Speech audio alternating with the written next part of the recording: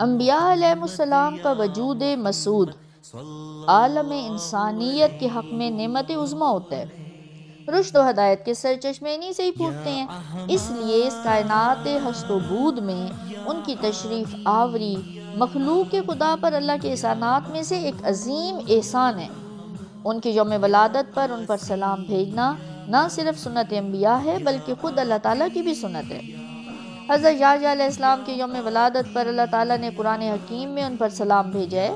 سورہ مریم میں ارشاد ہوتا ہے سلام علیہ یوم ولد، اللہ کی طرف سے ان پر سلام ہو جس دن وہ پیدا ہوئے۔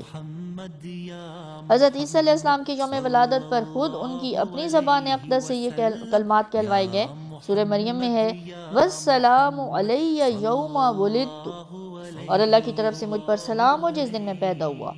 گویا انبیاء علیہ السلام کی ولادت کا دن بارگاہ الوہیت میں خاص رحمت اور سلامتی کے دن کی حیثیت رکھتا ہے۔ اس دن ان برگزیدہ ہستیوں پر درود و سلام کی کثرت کرنا نہ صرف سنت انبیاء ہے بلکہ سنت الہیہ بھی ہے۔ جب یہ شرف دیگر انبیاء علیہ السلام کی ایام ولادت کو حاصل ہے تو یوم ولادت مصطفیٰ صلی اللہ علیہ وآلہ وسلم کے شرف و کمال کا کیا عالم ہوگا۔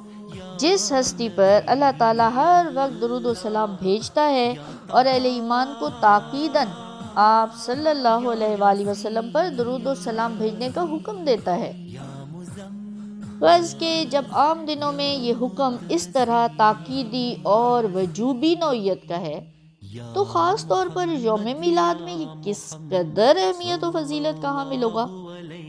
تو امت مسلمہ پر لازم ہے کہ انفرادی اور اجتماعی سطح پر اس مبارک دن کی آمد پر اظہار تشکر کر کے محافل میلاد کا انعقاد کرے، صدقات و خیرات کی کثرت کرے تاکہ ولادت مصطفیٰ صلی اللہ علیہ وآلہ وسلم کی صورت میں اللہ تعالیٰ کے عظیم احسان پر اس کی بارگاہ میں شکر بجا لائے جا سکے، اور سب سے بڑھ کر یہ کہ اس دن کثرت سے حضور صلی اللہ علیہ وآلہ وسلم پر درود و سلام پڑھا جائے کہ یوم میلاد النبی صلی اللہ علیہ وآلہ وسلم میں حضور صلی اللہ علیہ وآلہ وسلم پر سلام پڑھنا اللہ تعالیٰ کی خاص سنت ہے۔